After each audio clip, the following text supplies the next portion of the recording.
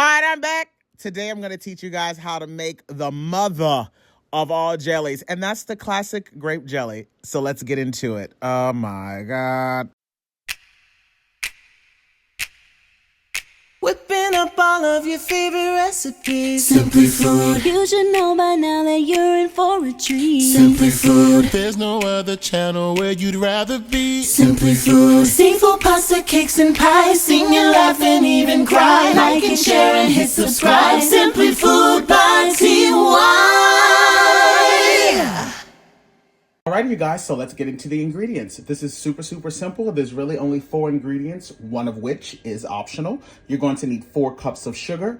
You're going to need a 32 fluid ounce, or 4 cups, however you want to look at it, of organic Concord grape juice. It is extremely important to note that it does not have to be this brand, but it needs to be 100% juice, not from concentrate, nothing that has added sugar or anything like that. The ingredient should only be 1, which is organic grape juice. That's really important. You're also going to need 1 box of the original Sure Gel. Let's get to it. All right, y'all, so let's get into it. So I'm gonna add in the full 32 fluid ounces of 100% grape juice directly to my stock pot. And I have learned the hard way that anytime I'm making jam, no matter how small of a batch, just always use a pot with high sides. You're gonna bring that up to a simmer. While your grape juice is starting to warm up, you're going to start to gradually add in the pectin, making sure that you are whisking the entire time so that you can avoid clumping. Just do a little bit at a time. You now want to bring this up to a rolling boil. Do not rush this process. Wait until it comes up to a rolling boil, but please make sure that you are mixing it the entire time so that you don't run the risk of burning or scorching that Sure Gel or the juice, to be quite frank. Just as a heads up, over on the side, I have all of my sterilized jars currently sitting in hot water in the water bath canner so that they can get nice and warm, because we are going to be hot packing. So you want hot jars because we're using hot liquid. I'm going to be using pint-sized jars because typically when I'm buying grape jelly from the grocery store, it's typically about the size of a pint jar. So that's what I'm going to be using. So I'll be sure to let you guys know how many jars we end up with by the time the recipe is done. And while I'm waiting for this to come up to a rolling boil, I wanted to talk to you guys about the sugar, as always, because I know that's always a hot topic when it comes to seeing people making jelly and jams for the first time at home. Yes, this recipe calls for 4 cups of sugar. That's 1 cup of sugar per 1 cup of liquid. You can 100% make a low sugar version. It is extremely important to make sure that you're purchasing the correct box of Sure Gel.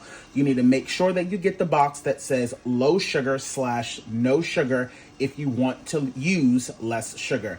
You cannot buy the original box of pectin and then use less sugar, or you're going to end up with syrup. Those boxes are crafted with a lot of science and stuff, so they make it so that each thing has to have a certain amount of sugar. So you 100% can make this with less sugar. You just got to make sure that you're purchasing the right box of pectin. Now that our liquid is at a rolling boil, we're now going to go ahead and add in all of the sugar at one time and make sure that you are mixing the entire time. After you add in your sugar, you're going to allow this to come back up to a rolling boil once again. At that point, we will then set a timer for 1 minute. Be sure to mix the entire time because there's a lot of sugar in this and you do not want this to burn. Alrighty, you guys, now that this is at a rolling boil, I'm now going to set a timer for 1 minute. And you can see how it's kind of rising up in the pot. This is the reason why I said no matter if I'm making a small batch or a big batch, I'm always going to make my jelly in a large pot. That way I don't got to worry about anything spilling over on the sides. Make sure during that 1 minute timer that you are mixing the entire time. The 4th ingredient that I was talking about was a little knob of butter. Sometimes people like to add in 1/4 of a teaspoon of butter in their jams and their jellies so that they can eliminate the foam. I'm not going to be doing that. I'm just going to skim the foam off right before I jar it up. The 1 minute timer is now done. I'm going to remove this from the heat and skim off any foam on the top. Make sure you got your jelly rag laying down. It's been fully stained. That means you've been doing a lot of jams and jelly, honey. I'm now adding down my pint-sized jars, like I said, that are nice and hot. They've been inside of the water bath canner the entire time. And as always, I only like to do 2 jars at a time to avoid my, my jars getting too cool. You definitely want to make sure that you do not skip the step of skimming off the foam on the top. Sometimes that can affect how your jelly or your jams will set up. So you definitely want to make sure that you're not skipping that step. I'm going to go on ahead and fill up my jars, leaving about, I guess, a 1/4 inch headspace. Make sure that you go in and debubble. Get yourself a napkin with a little bit of vinegar on the outside and make sure that you are really wiping down those rings so that you end up with a proper seal. The tiniest bit of sugar on this ledge here can sometimes make your seal not adhere, and you don't want that to happen. I'm now going to go in with my lids. I've been obsessed with 4-jar. I've been using this now for quite some time, and I have not been having any bad seals, so that makes me really happy. You're going to put on the rings fingertip tight, and then we're going to put these back into the water bath canner. All right, you guys, I was able to get 3 pint-sized jars out of this recipe, and I've added in just 1 more empty jar just so that I can make sure that the jars stay level and nothing starts to get knocked over. I'm going to put the top on this and wait till this comes up to a raging boil. My 10-minute timer is now done, so I'm now just going to crack the lid and set a timer for 5 minutes. And as always, make sure that you are being extra careful when taking your jars out.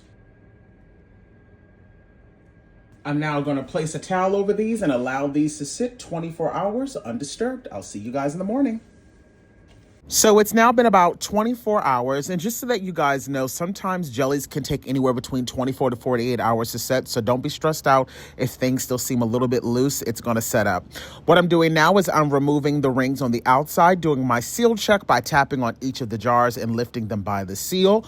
Once I know that that's done, I always like to wash my jars down with some soap water, let them dry. As you can see, it is setting up beautifully, okay?